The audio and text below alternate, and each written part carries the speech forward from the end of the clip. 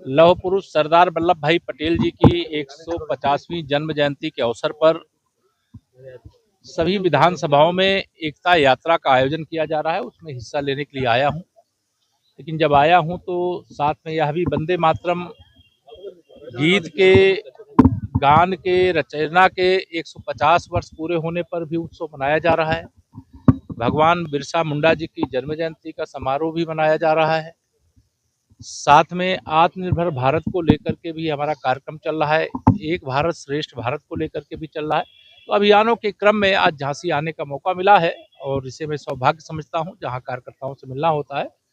और अभी हम लोग बिहार में भारतीय जनता पार्टी का जो गठबंधन एनडीए है, ऐतिहासिक विजय वहां पर है और बिहार की जनता ने देश को एक संदेश दिया है कि अब जंगल राज, गुंडा राज, कट्टा राज, तुष्टीकरण, जातिवाद, परिवारवाद की राजनीति का भविष्य अंत की ओर है। और जो लोग झूठ के आधार पर दुष्प्रचार करने का काम करते हैं, जो राजनीति में शब्दों की मर्यादा का ध्यान नहीं रखते हैं, उनको जैसे बिहार की जनता ने संदेश दिया है, वैसे देश की जनता अलग अलग राज्यों में संदेश देगी। सर, अखिलेश जी कह रहे हैं कि अब बिहार तो जीत लिया है, भाजपा को यूपी में नहीं जीतने देंगे। श्री अखिलेश यादव जी के बूते की बात नहीं है। श्री राहुल गांधी जी के रास्ते पर वो चलने की बात कर रहे हैं। वह भी भाजपा को देश में जीतने से रोकना चाहते थे, लेकिन भाजपा को रोक नहीं पाए। मोदी जी को प्रधानमंत्री बनने से तीसरी बार नहीं रोक पाए। और बिहार हो, उत्तर प्रदेश हो या देश का कोई राज्य हो, लोकसभा चुनाव के बाद भी हम लोग हरियाणा जीते, हम लोग महाराष्ट्र जीते, हम लोग दिल्ली जीते, अभी बिहार भी जीते और आगे हम लोग केरल से लेकर के, तमिलनाडु से लेकर के, आसाम से लेकर के पश्चिम बंगाल भी जीतेंगे। अब गुंडागर्दी, बूथ कब्जा, बूथ लूट करके देश लूटना, बूथ लूट करके प्रदेश लूटना, ये माफियाओं के बल पर अब राजनीति नहीं चलेगी। देश जाग गया है। जिस तरह से दिल्ली ब्लास्ट के जो यूपी से जुड़ रहे हैं, सहारनपुर है, कानपुर है। देखिए, देश का दुश्मन चाहे यूपी में छिपा होगा, चाहे देश के किसी राज्य में छिपा होगा, चाहे दुनिया के किसी कोने में छिपा होगा, सुरक्षा एजेंसियों पर, देश की सेना पर, देश की सरकार पर आप भरोसा रखें। आतंकवाद से मुक्त, नक्सलवाद से मुक्त, जातिवाद और उग्रवाद और तुष्टीकरण से मुक्त भारत बनने की ओर आगे बढ़े। हर इंस्टीट्यूशन में आ रही है। ये चिंता की बात है कि जो पढ़े लिखे हैं उन लोगों ने यह रास्ता चुना है, और लेकिन अच्छा होता कि वो यह रास्ता चुनने की जगह जिसके लिए पढ़ाई की वो काम करते।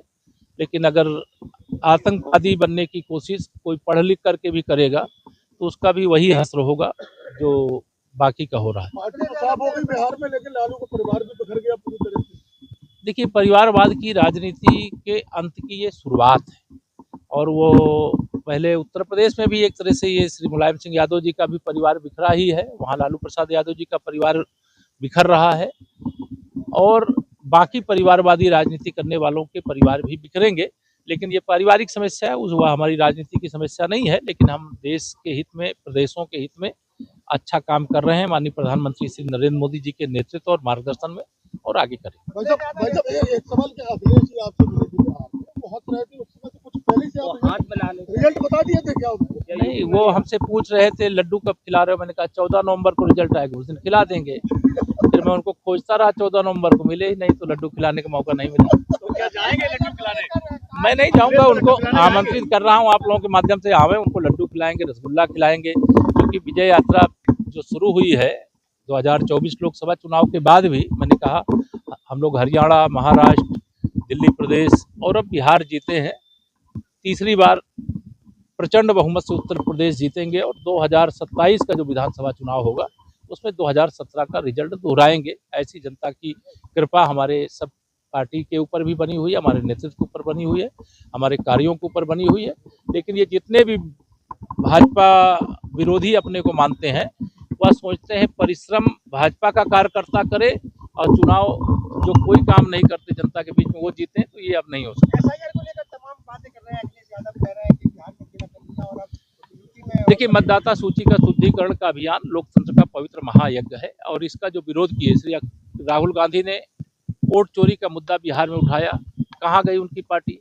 6 सीटों पे सिमट गई, वो तालाब में कूद गए। मैंने कहा नदी में कूदो, चाहे कुआं में कूदो, चाहे तेजस्वी यादव को लेकर के कूदो, चाहे अखिलेश यादव को भी लेकर के कूदो, लेकिन ये मतदाता सूची का शुद्धिकरण का जो काम है, ये लोकतंत्र का पवित्र यज्ञ है और इसमें एक राजनीतिक दल के नाते सभी दलों को हिस्सा लेना चाहिए। और इससे मतदाता सूची में सुधार हुआ है। कोई मृतक मतदाता हो गया है तो उसका सूची में नाम नहीं होना चाहिए। अगर किसी मतदाता का एक से अधिक स्थान पे नाम है तो एक स्थान पर ही होना चाहिए। कोई घुसपैठिया मतदाता सूची में अपना नाम किस जुगाड़ से दर्ज करा लिया है तो वह हटना चाहिए। और जो हमारे युवा मतदाता हैं जिनकी आयु 18 साल होने वाली है, उनका नाम भी मतदाता सूची में होना चाहिए। यही मतदाता सूची का शुद्धिकरण है। जब शुद्धिकरण का अभियान चलता है, ये कांग्रेसी हो, सपाई हो, रजद वाले हो, टीएमसी वाले हो, कहीं हम हिस्सा नहीं लेंगे। और जब शुद्धिकरण का काम हो जाएगा तो उस पर आरोप लगाएंगे। तो इस आरोप को जनता नकार चुकी है और बिहार से संदेश दे चुकी है। धन्यवाद।